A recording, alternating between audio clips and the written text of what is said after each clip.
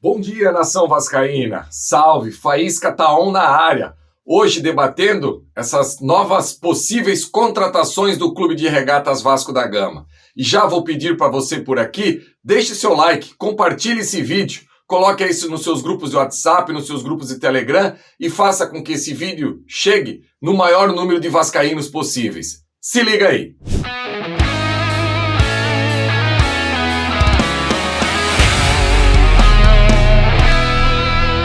Salve, torcedor vascaíno! Muitas novidades em relação ao Vasco no quesito contratação. O Flávio Dias trouxe, na última terça-feira, a possibilidade aí da contratação do Vasco de dois jogadores, um uruguaio e o outro argentino. O uruguaio é o Carlos da Penha, joga no Dínamo de Kiev, que tem todo esse problema aí com a guerra lá na Ucrânia, já está no Uruguai, é um jogador aí com 30 anos, mas com números expressivos no Dínamo de Kiev. Um jogador que em 102 jogos são 26 gols, 26 assistências, ou seja, quase que a cada 2 jogos ele tem uma participação direta em gols. É um número ótimo para um jogador que joga aí um atacante de beirada. Ele que também pode ser um ala, dependendo se a equipe joga com 3 zagueiros, mas pelos vídeos parece mesmo ser aquele velho e bom ponta esquerda. Outro jogador que se aproxima do Vasco aí tem a possibilidade é o argentino Benjamin Rollhäuser. Olha, com esse sobrenome faria uma grande dupla de ataque com o Helfenberger. Já pensou, torcedor? Jean Helfenberger e Benjamin Rollhäuser no ataque?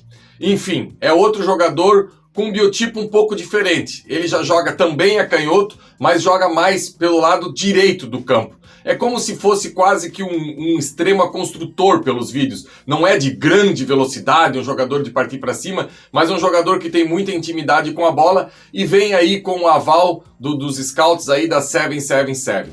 E hoje, o Vasco e o torcedor tem que entender que a nossa mudança nos alvos e contratações, ela não vai sair já daquilo que o Vasco vinha fazendo. Por exemplo, Lucas Oliveira, que já está contratado do Bangu, e uma situação muito bem encaminhada também, que é a questão do Eric, que foi o grande destaque aí do Campeonato Gaúcho. Inclusive marcando 2 gols contra o Brasil de Pelotas na semifinal do campeonato.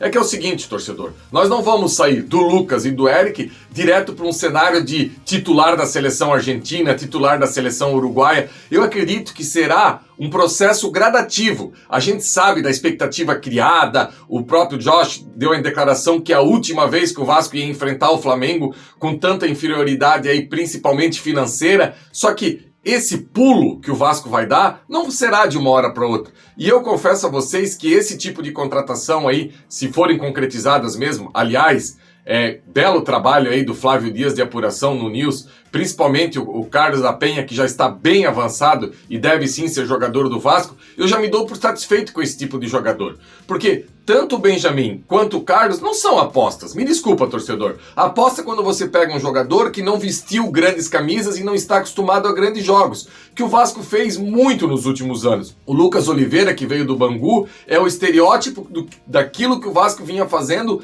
há alguns anos já. E a tendência, o que é mais fácil? Você pegar um jogador do Dínamo de Kiev, um jogador que joga no futebol europeu, um jogador que está acostumado a disputar jogos da Champions League, são jogos pesados, um jogador de 30 anos, ou seja, a camisa do Vasco não vai pesar num jogador desse. Então assim, essa mudança que o Vasco está fazendo de alvos no mercado já me agrada bastante. E daí na outra janela, naquela janela do final do ano, aí sim com a SAF já aprovada, eu acredito que o Vasco vai conseguir ser mais agressivo e buscar jogadores ainda com mais expressão no cenário do futebol. Hoje isso será de uma forma gradativa. Então o Vasco pula aí de jogador do Bangu, do Ipiranga de Erechim, que são jogadores que foram contratados e resolvidos antes da chegada dos scouts e do aval da 777, para jogador do River Plate e para jogador do Dínamo do Kiev, que querendo ou não já há um salto gigantesco naquilo que se imagina de futebol daqui para frente.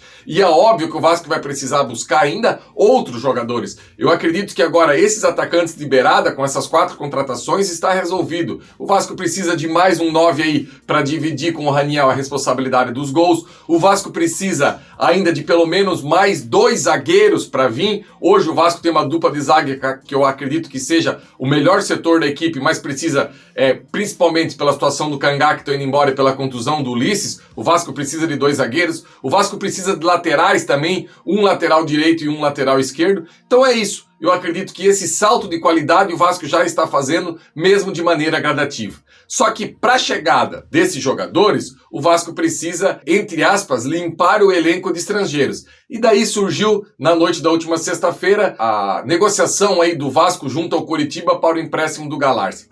Eu confesso a vocês que eu tenho uma opinião impopular em relação ao Galarza. Eu não vejo esse futuro gigantesco que muita gente vê com o Galarza, sendo um jogador com muita possibilidade de negociação, é um jogador que pode evoluir muito na carreira. Eu vejo o Galarza com muita pouca técnica, muita pouca inteligência tática dentro do jogo. Não acredito que vai ser esse jogador que muitos acham que ele pode jogar.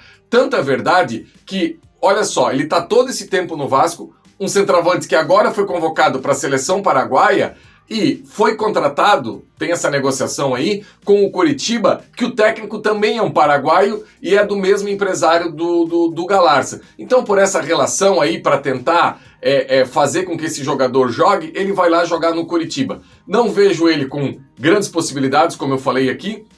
E nos últimos anos, é só a gente olhar aí quantos técnicos passaram no Vasco e o Galarza não teve êxito. Marcelo Cabo, o Lisca lá no início ele teve um pouquinho, mas depois também saiu da equipe. Fernando Diniz nem se fala, porque quem enxerga o futebol como o Fernando Diniz enxerga com tanta técnica, o Galarza é óbvio que ia ficar de lado. Aí agora com o Zé Ricardo, enfim, eu acho que quem trabalha com ele no dia a dia não conseguiu reconhecer essas qualidades todas, não sou eu que de fora vou achar que o Galarza vai ser esse grande volante. Vai por empréstimo, tomara aí que seja com o preço do passe fixado num valor bacana, pelo menos para o Vasco tirar o valor que o Vasco acabou injetando nele e no seu passe, e espero que ele seja feliz no Coritiba e possa ter esse retorno financeiro para o Vasco. O Sanches é outro jogador que provavelmente vence o contrato em junho, vai ser desligado, o Kangá já está indo também, então...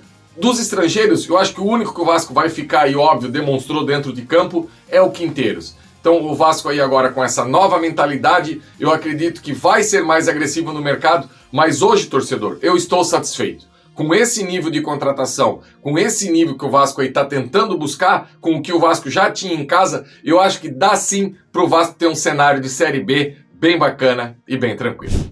Valeu, torcedor! Quem sabe no nosso próximo encontro semana que vem, já com algumas contratações fechadas, e daí sim a gente já começa a brincar de montar a equipe titular do Vasco, que eu não vejo a hora de chegar logo esse 9 de abril aí, que é a estreia do Vasco na Série B. Sigam a gente nas redes sociais, o @avascaínos, o @GianFaísca1. Deixe seu like, por favor, nesse vídeo aí é muito importante para chegar no maior número de pessoas possíveis. Um abraço e até a próxima semana.